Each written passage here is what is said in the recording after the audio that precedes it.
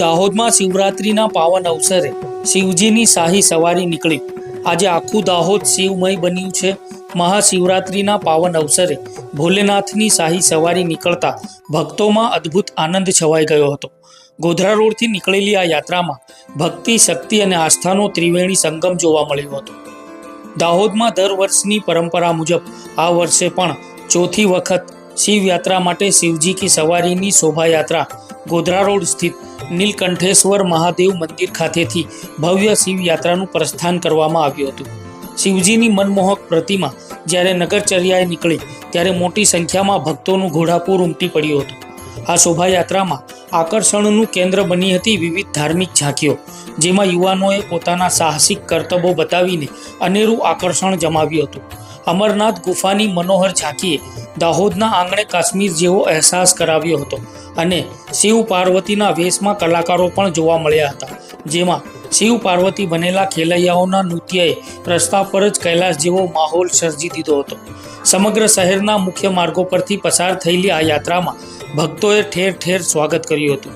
રંગે ચંગે નગરચર્યા બાદ આ શોભાયાત્રા જ્યારે પૂર્ણ થઈ ત્યારે તમામ ભક્તો માટે ભવ્ય ભંડારાનું આયોજન પણ કરવામાં આવ્યું હતું.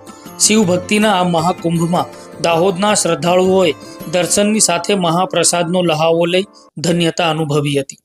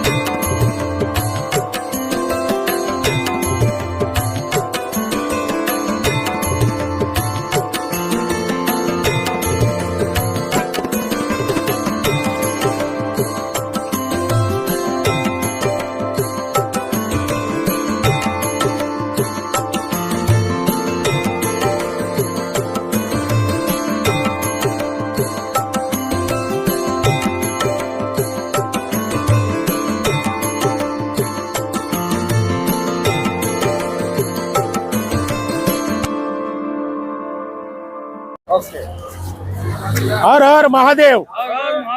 નીલકંઠેશ્વર મહાદેવ મંદિરથી દર વર્ષેની જેમ આ વર્ષે પણ ભવ્ય ચોથી રથયાત્રાનું આયોજન કરેલ છે અને વધારેમાં વધારે લોકો જોડાય. દાહોદના ધર્મપ્રેમી જનતા અને સાંજે ભંડારાનું બી આયોજન કરેલ છે અને વિવિધ પ્રકારની ઝાંખીઓ છે.